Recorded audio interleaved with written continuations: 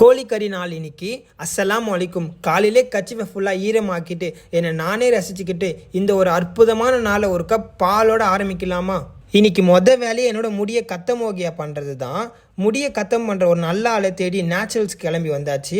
அங்கே பார்த்தா ஒரு 20 நிமிஷம் உட்கார வச்சிட்டாங்க. என்னப்பா அழகா இருக்குண்ணா கமெண்ட்ல சொல்லிட்டு பாருங்க. அப்படியே வீட்டுக்கு வந்து ஃபோன் எடுத்து கேமரா ஆன் பண்ணி பார்த்தா என்னன்னு தெரியல மக்களே. கடையில் பார்க்கும்போது அழகா இருக்கேன், வீட்டுக்கு வந்து பார்த்தா ஒரு மாதிரியா தெரியுறேன். பீனட் பட்டரையும் சுண்டலையும் வாயில் போட்டுட்டு ஒரு வழியாக 2 மாதம் கழித்து என்னோடய முடியை டிவோர்ஸ் பண்ணுறேன். அந்த துக்கத்திலே பிளாங்கெட்டையும் பாத்திரத்தையும் கழுவிட்டு ஜொஹரை தொழுதுட்டு வீட்டுக்கு கிளம்பியாச்சு. ஓகே, இன்னைக்கு நாள் 11.